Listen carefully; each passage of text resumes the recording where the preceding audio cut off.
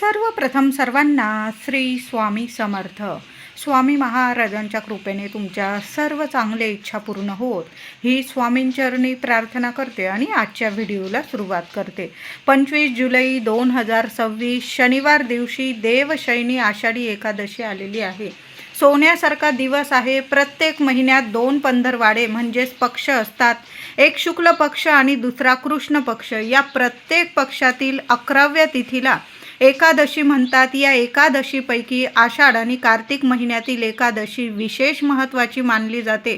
आषाढातील शुद्ध एकादशीस भगवान श्रीहरी विष्णू झोपी जातात, त्यामुळे या एकादशीला शयनी एकादशी असे म्हणतात. झोपी गेलेले भगवान श्रीहरी विष्णू कार्तिक महिन्यातील शुद्ध एकादशीला जागे होतात, त्यामुळे त्या एकादशीला प्रबोधिनी एकादशी असे म्हटले जाते. हे 4 महिने म्हणजे चातुर्मास होय.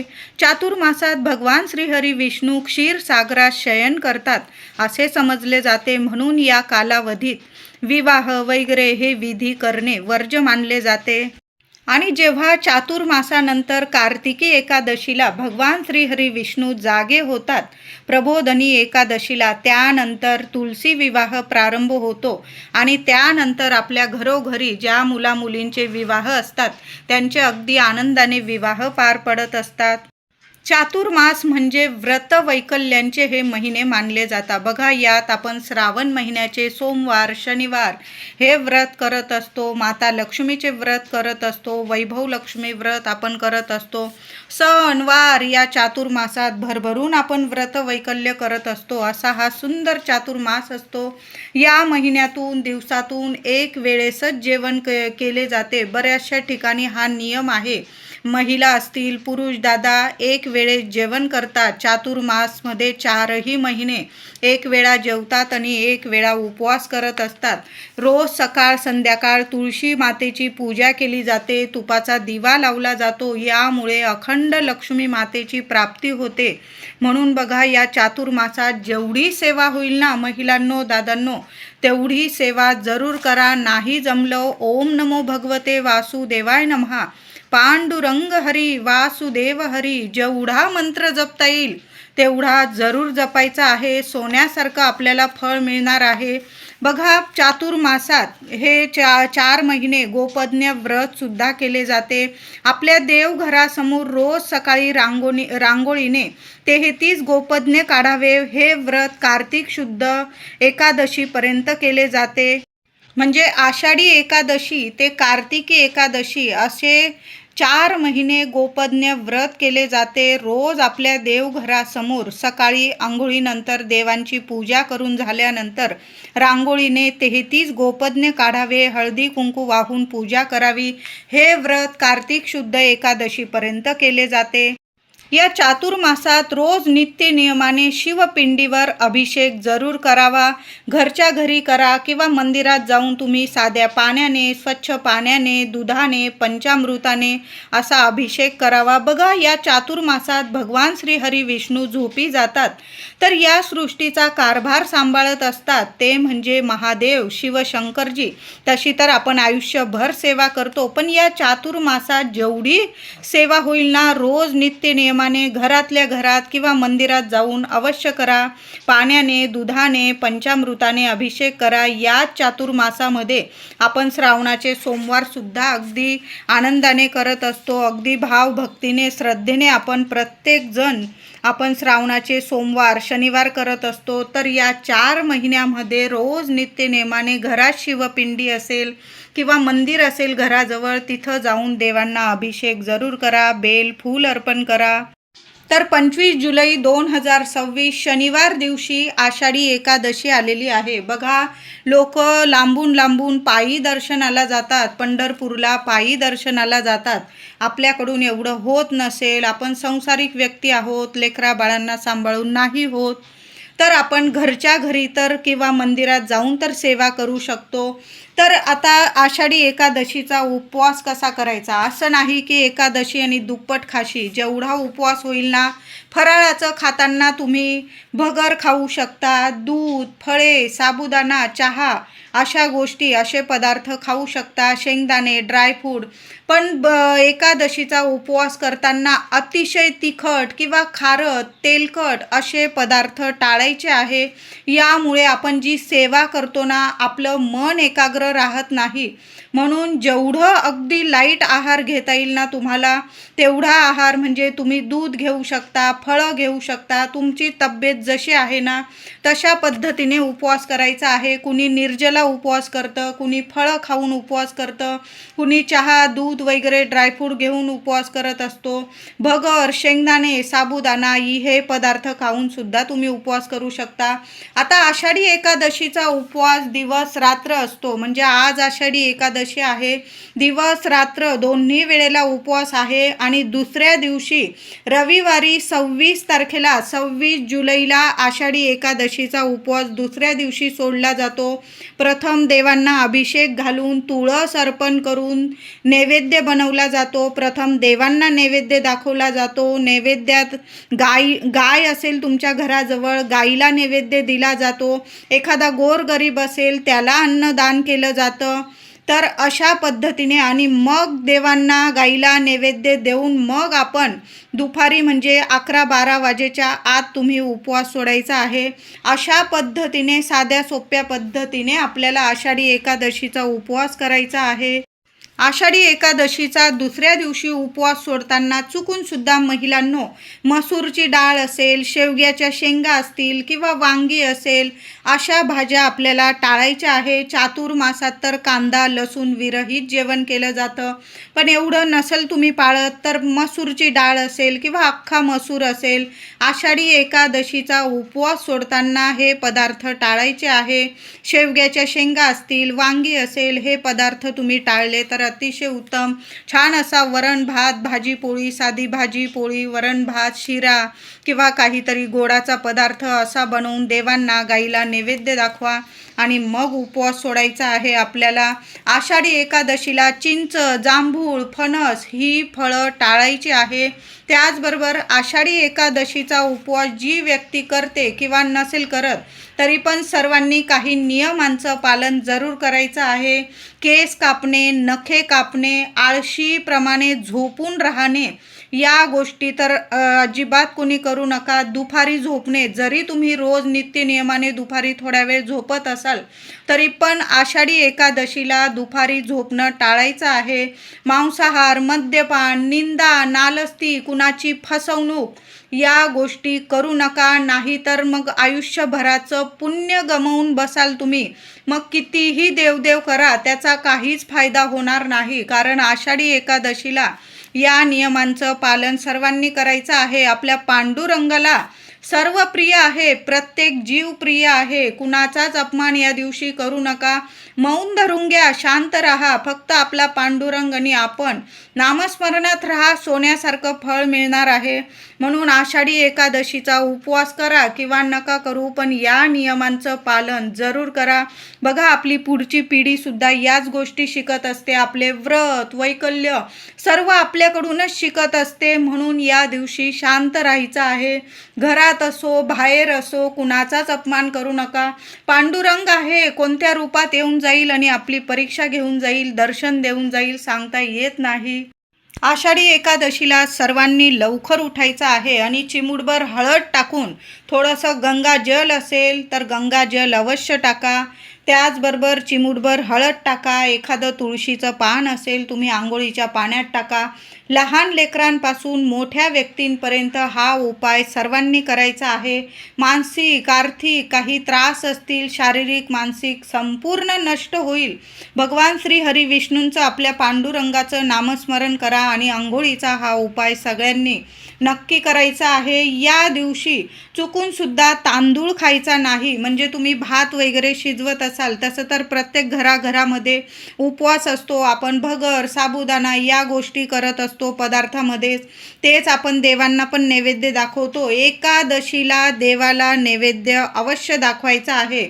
बऱ्याच लोकांना असा प्रश्न पडतो की आपला उपवास आहे, मग देवांचा पण उपवास आहे. देवांचा उपवास नसतो. देवांसाठी आपण मनुष्य उपवास करतो.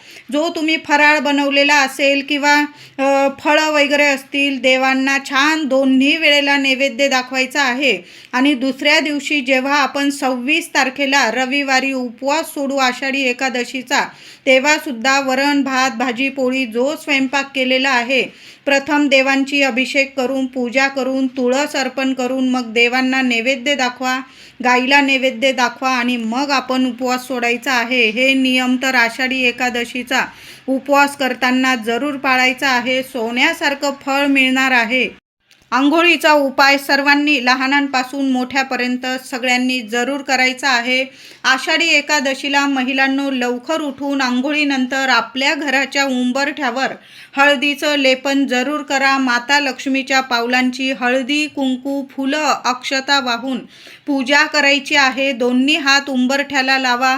तुमच्या मनातील इच्छा माता लक्ष्मीला लक्ष्मीनारायणांना सांगायची आहे. आणि दोन्ही वेळेला आपल्या घराच्या मुख्य उंबरठ्याजवळ दोन्ही वेळेला झालं तर दिवे जरूर लावा. तुपाचा लावला गाईच्या तुपाचा तर अतिशय उत्तम. नाही जमलं जे देवांच्या दिव्यांसाठी तेल वापरता तुम्ही त्या तेलाचा दिवा लावला तरीही चालेल. या दिवशी एखादं तुळशीचं रोप लावता आलं तुम्हाला आषाढी एकादशीच्या दिवशी तर आवर्जून लावा. शनिवार आलेला आहे, तुळशीचं रोप लावा. नसल लावायचं, जी तुळस आहे अंगणात छान असं तुळशी मातेची पूजा सेवा करायची आहे. या दिवशी तुळशीला 2 चमचे का होईना गाईचं दूध अर्पण करा. चिमूटभर हळद अर्पण करायची आहे. तुळशीच्या मुळाशी हळद आपण अर्पण केल्याने तुळशीला किंवा झाडांना कुठलीही हानी पोहोचत नाही, उलट फुलतात फळतात झाडं. तर तुम्ही चिमूटभर हळद भगवान श्री हरी विष्णूंचा मंत्र जपा 21 वेळा.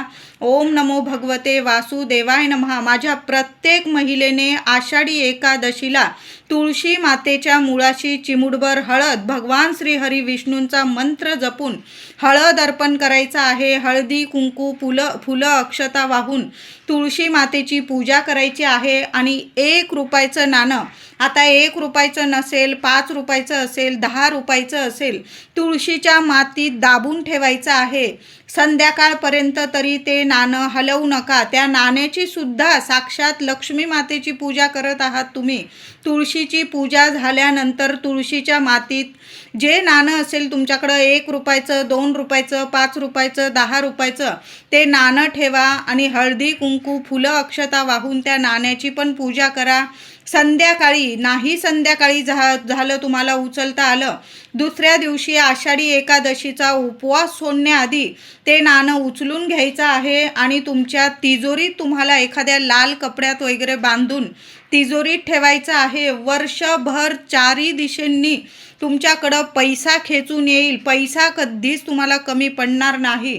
छान उपाय आहे महिलांनो, करून बघा. कधीच तुमचा उपाय खाली जाणार नाही. भगवान श्री हरी विष्णूंची माता लक्ष्मीची छान ही सेवा आहे. करून बघा. सोन्यासारखं फळ अवश्य मिळणार आहे. एकादशीला श्री हरी विष्णूंना आणि तुळशी पूजनाला खूप महत्त्व आहे.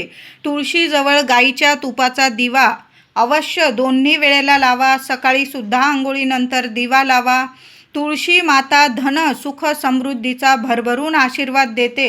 चिमूटभर हळद अर्पण करून आपण 1 रुपयाचं नाणं ठेवून तुळशी मातेला 7 शृंगाराच्या वस्तू अर्पण जरूर करा. तुम्ही जर आणलेल्या असतील, नसल आणलेल्या, हळदी कुंकू फुलं अक्षता वाहून जरी पूजा केली महिलांनो, काही ठिकाणी तुळशी मातेला चुनरी वगैरे ओढणी वगैरे लाल रंगाची ओढली जाते. हळदी कुंकू या सर्व 7 शृंगाराच्या वस्तूसुद्धा तुळशी मातेच्या कुंडीत किंवा जी तुळशी वृंदावन असतं तिथं अर्पण केलं जातं. तुमची जशी परंपरा आहे तशा पद्धतीने तुम्ही आषाढी एकादशीला तुळशी मातेचं पूजन करायचं आहे. यावर्षी आषाढी एकादशी शनिवारी आल्याने सकाळी किंवा संध्याकाळी दिवसभरात एकदा का होईना घराजवळ जे पिंपळाचं झाड असेल ना त्या झाडाला जाऊन स्पर्श करायचा आहे. बरोबर जाताना दूध, पाण्यात थोडीशी चिमूटभर साखर जरूर अर्पण करा. दूध, साखर मिश्रित पाणी पिंपळाच्या झाडाला अर्पण करायचं आहे. झाडाजवळ एक तुपाचा दिवा किंवा तेलाचा, तुम्ही दोन्हीपैकी एक दिवा लावू शकता. मातीची पंती जरी घेऊन गेला ती परत आणू नका. तिथं दीपदान करायचं आहे. आपल्याला पिंपळाच्या झाडाखाली दीपदान करायचं आहे. त्याचबरोबर थोडंसं मूठभर गव्हाचं पीठ घ्या, त्यात चिमूटभर साखर मिसळून घ्या आणि ते साखर मिश्रित पीठसुद्धा गव्हाच्या पिठामध्ये चिमूटभर साखर मिसळा आणि ते मूठभर पीठसुद्धा तुम्हाला पिंपळाच्या झाडाखाली ठेवून यायचं आहे. एखाद्या कागदावर ठेवून आलात तरीही चालेल आणि बरोबर जाताना न्यायचा आहे.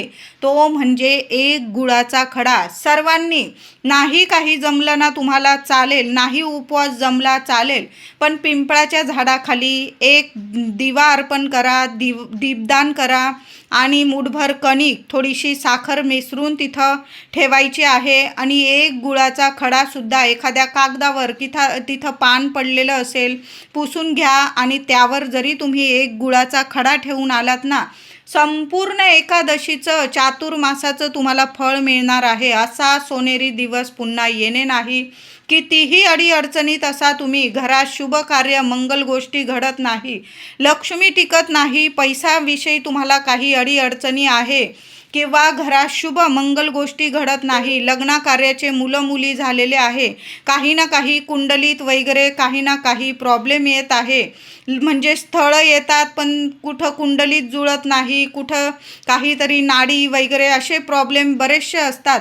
सर्व म्हणजे तुमचे ज्या काही अडीअडचणी आहेत त्या संपून जातील आणि तुम्हाला घर बसल्या चांगलं योग्य स्थळ येईल आणि लवकरात लवकर कार्तिकी एकादशीनंतर तुमच्या घरात शुभ मंगल कार्य घडून येईल. संतान प्राप्ती होत नसेल, मूल होण्यास काही अडचणी असतील किंवा मुलं आहेत पण मुलांचे शिक्षण, नोकरी, काही ना काही अडीअडचणी आहे, तर सर्व जगातलं कितीही मोठं संकट असो, तुम्ही आषाढी एकादशीला पिंपळ पूजन जरूर करा आणि एक दीपदान करा. एक गुळाचा खडा आणि मूठभर कणिक, साखर मिसळून तिथं जरूर ठेवण्या. नमस्कार करा. या दिवशी पिंपळाला स्पर्श सर्वांनी करा. 11 किंवा 21 प्रदक्षिणा लक्ष्मीनारायणांचा मंत्र जपा. ओम नमो भगवते वासुदेवाय नमः, ओम श्रीम नमः मंत्र जपा आणि 21 किंवा 11 प्रदक्षिणा मारता आल्या, घालता आल्या तर जरूर घाला. नाही जमलं, नुसता नमस्कार करून तुम्ही 21 वेळा तिथं उभं राहून वगैरे मंत्र जपू शकता. ही सेवा कधीच तुमची खाली जाणार नाही. करून बघा. मुलांना जरी घेऊन गेला, मुलांकडून जरी स्पर्श करून घेतला तरीही चालेल. आषाढी एकादशीला प्रत्येकाच्या घरात बाळकृष्णाची मूर्ती असते. विठू माऊली, रुक्मिणी मातेची छान असा दुधाने, पंचामृताने किंवा हळद मिश्रित, केशर मिश्रित दुधाने, पाण्याने अभिषेक करा. देवांना पिवळी फुलं अर्पण करा, तांदूळ, अक्षता अर्पण करा. पिवळ्या अक्षता अर्पण करता आल्या तर जरूर अर्पण करा. माता रुक्मिणीला म्हणजेच माता लक्ष्मीला लाल रंगाची फुलं अर्पण करा. देवी आईला हळदी, कुंकू, फुलं, अक्षता वाहून छान पूजा करायची आहे. एक अखंड दिवा आषाढी एकादशीला आपल्या देवघरात जरूर लावून ठेवा. महिलांनो, दिवा विझणार नाही याची काळजी घ्या. दिव्यात एक कापराचा तुकडा टाकून ठेवा. चिमूटभर हळद, भगवान श्री हरी विष्णूंचं, माता लक्ष्मीचं मंत्र जपा आणि चिमूटभर हळद त्या दिव्यात टाका. 2 लवंग टाका. दैवी अनुभव येतील तुम्हाला. खूप सुंदर सेवा आहे, जरूर करा. पण या दिवशी देवघरात अखंड दिवा जरूर लावायचा आहे. जेवढी तुळस असेल या दिवशी तुळस तोडू नका, आदल्याच दिवशी तोडून ठेवा तुम्ही. आणि तुळशीपत्र, जेवढी तुळस असेल घरातल्या प्रत्येकाने बाळकृष्णाच्या मूर्तीवर किंवा विठू माऊलीच्या मूर्तीवर अभिषेक करा तुळशीचा. जेवढी तुळशी पानं असतील तुमच्याकडं चांगली बघून घ्यायची आहे, तुटलेली वगैरे घेऊ नका. देवांना विष्णू सहस्त्रनामावली पठण करत करत तुम्हाला तुळशीचा अभिषेक करायचा आहे. नाही जमलं, ओम नमो भगवते वासुदेवाय नमः किंवा पांडुरंग हरी वासुदेव हरी या मंत्राचा जप करा आणि देवांना जेवढी तुळस असेल तेवढी सर्वांनी, लेकरांकडून सुद्धा देवांना तुळस अर्पण करून घ्यायची आहे. आषाढी एकादशीला एखादी गाय दिसली तुम्हाला तर या दिवशी सुद्धा आणि दुसऱ्या दिवशी आपण जेव्हा आषाढी एकादशीचा उपवास सोडू ना, दोन्ही दिवस गाईला ताजी चपाती तूप गूळ लावून जरूर खाऊ घालायची आहे. चांगले अनुभव येतील. या चातुर्मासात रोज झालं तुम्हाला तर 108 ओव्यांचं एक स्तोत्र जरूर पठण करा. सकाळी किंवा संध्याकाळी देवघरात तुपाचा दिवा लावा आणि व्यंकटेश स्तोत्राचं पठण महिला असतील दादा असतील जरूर पठण करा. जीवनाचं सोनं झाल्याशिवाय राहणार नाही. मुलांनी ही सेवा केली चालेल. व्यंकटेश स्तोत्र एक वेळा तरी दिवसभरात एक वेळा तरी जरूर पठण करा.